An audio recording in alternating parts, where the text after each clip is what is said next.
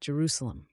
In a solemn recount of courage and unrelenting duty, the first responders of ZAKA, the Israeli emergency response team specializing in disaster victim identification, grappled with a devastating scene on October 7th that pushed the boundaries of their extensive experience with mortality. ZAKA, a Hebrew acronym for Disaster Victim Identification, is an organization composed of volunteers trained to provide crucial services in the aftermath of terror attacks, natural disasters, and other fatalities. These individuals, who are often the first to arrive at the scene of tragedy, are no strangers to death and its harrowing impact. However, the attacks orchestrated by Hamas on that fateful autumn day presented a scene of such visceral horror that even these seasoned volunteers were left reeling. The complexity and intensity of the emotional and psychological strain the volunteers faced in the wake of these substantial attacks spotlight the lesser-seen impact of terrorism. The long-lasting trauma inflicted not only upon the victims and their families, but also upon those tasked with the formidable challenge of managing its immediate aftermath.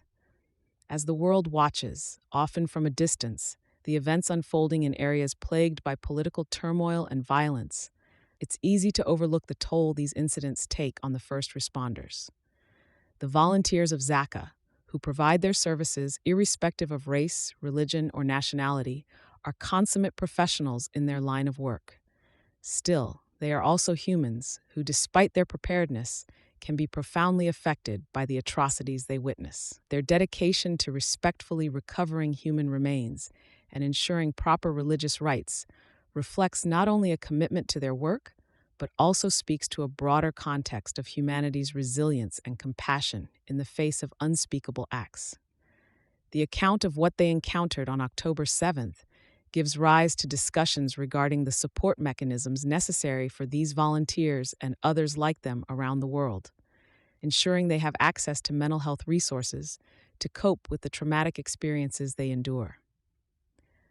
The events of October 7th were a grim reminder of the fragility of life and the depths of human sorrow. While the names and stories of the victims may fade from the headlines, the scars left on those who braved the initial wave of despair will linger. The volunteers at ZAKA witnessed life's most somber chapter, and their work during these trying times is a testament to the spirit of perseverance and the enduring need for empathy in the aftermath of tragedy. The aftermath of the attacks poses significant questions about preparedness, not merely in a physical or logistical capacity, but emotionally and psychologically.